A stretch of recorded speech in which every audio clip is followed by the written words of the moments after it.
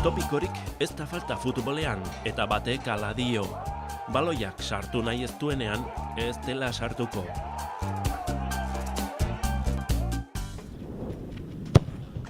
Horixe, golak sartzen lagunduko die jokalariei ikusmen artifizialean oinarritutako sistema honek. Zubietako zelaietan jarri du Realak eta probatzen ari dira. Falta eta penalti jaurtiketetan pilota atean nondik sartzen den jasotzen dute bi kamerak eta burmuin informatiko batek. Milimetroko zehaztasunez egiten dute gainera eta ibilbidea aztertuta baloiaren abiadura ere ateratzen du sistemak.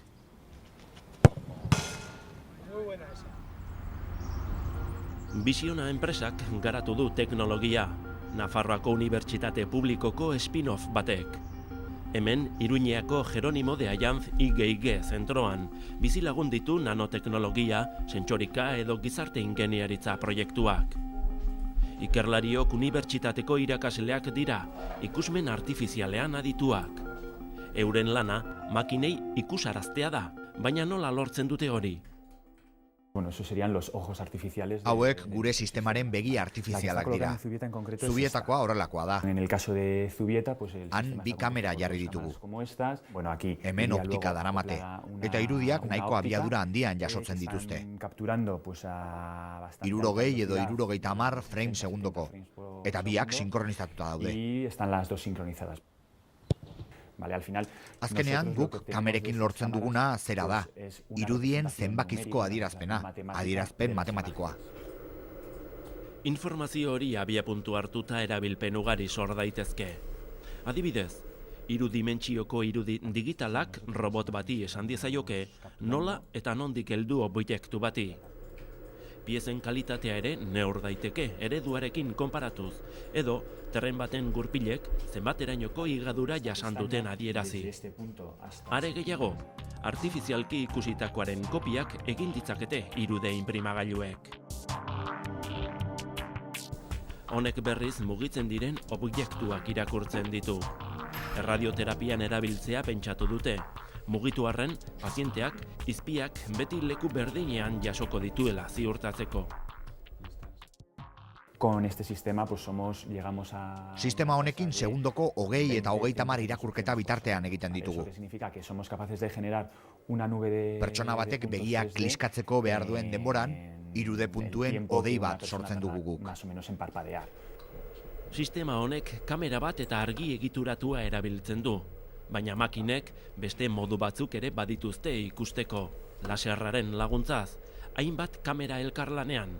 Zubietan azken hau erabiltzen dute, bi gailurekin.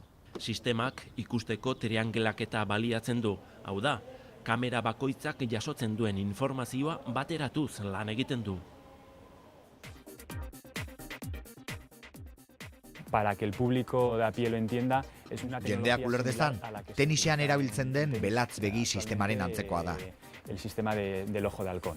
Vale, al final, haiek zenbait kamera erabiltzen dituzte pilotaren ibilbidea berregiteko. Trayectoria de la pelota y nosotros hacemos algo. Visiona sistemaren bi kamerekin guk egiten duguna da baloiak egiten duen bidearen azken zatia irakurri. La trayectoria final del balón con el objetivo atearen zein toki zehatzean sartzen den jakiteko eta zer abiadura. Entra y a qué velocidad.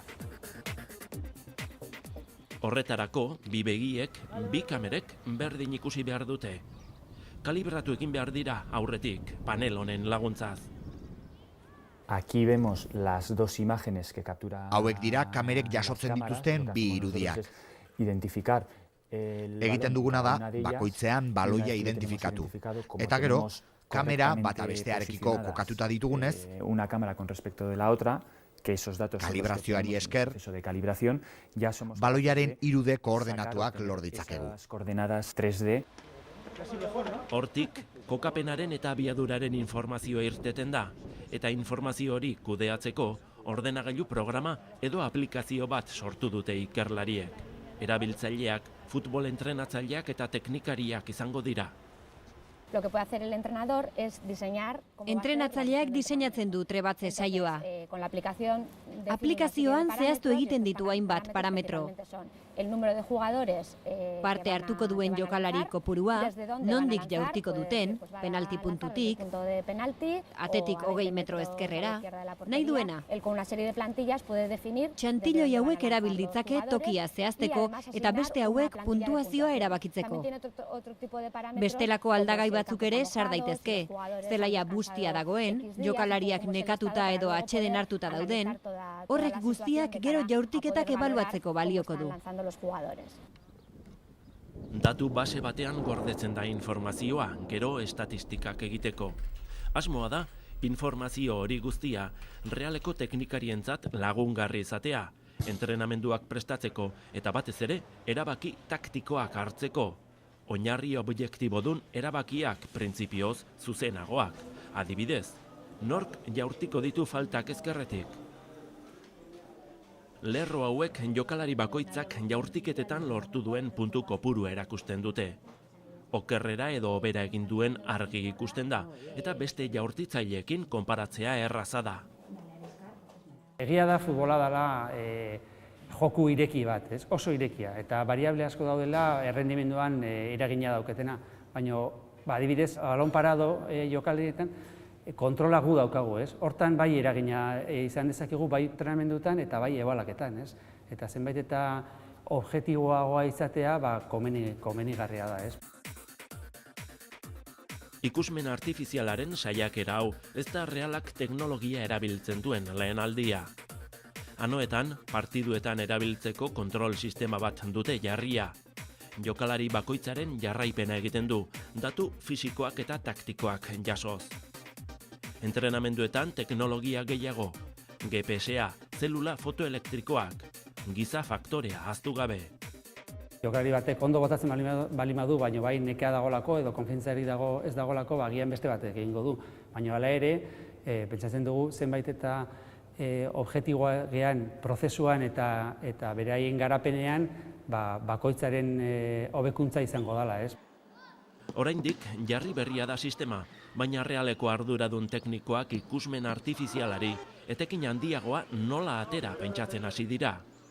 Kamera gehiagorekin posible izango da jokaldiak mugimenduan behatzea.